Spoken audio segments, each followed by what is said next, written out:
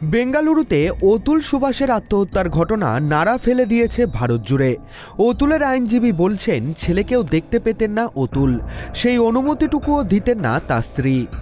जिस समय ये मुकदमा चल रहा था उस समय और उसके दरमियान में निश्चित रूप से वह बहुत दुखी इस बात को लेके था कि उसकी पत्नी उसके बच्चे से बिल्कुल बात नहीं करने देना चाहती थी।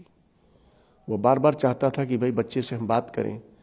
उसकी कोशिश यह भी थी कि अगर दूर पे हैं तो वीडियो कॉलिंग के जरिए मैं अपने बच्चे से बात कर सकूं, लेकिन इन सब चीज़ों के लिए जो है उसकी पत्नी जो है बिल्कुल नहीं चाहती थी कि वो बात करे और इस बात को लेके वो बहुत दुखी था। এখনো নিরাপত্তার অভাব বোধ করছেন অতুলের ভাই বিকাশ কুমার। उसने जज को भी इसमें बताया कि कैसे जज जो है उसे पैसे मांग के कह रही हैं कि 5 लाख रुपए आप दोगे हमें तो हम ये केस सेटल डाउन करेंगे और नहीं तो आपके और आपके फैमिली को सबको हरास करेंगे।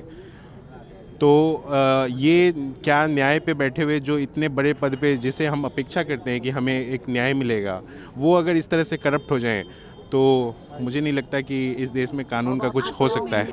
অভিযোগ, স্ত্রীর দায়ের করা বিবাহ বিচ্ছেদের মামলায় হয়রানির জেরে অবসাদে আত্মঘাতী হয়েছেন অতুল সুভাষ।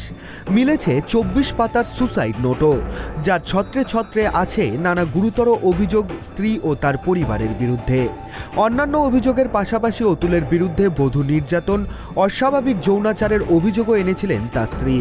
অতুলের পরিবারের দাবি, অভিযোগ প্রত্যাহারের জন্য 3 কোটি টাকা দাবি করেছিলেন অতুলের স্ত্রী।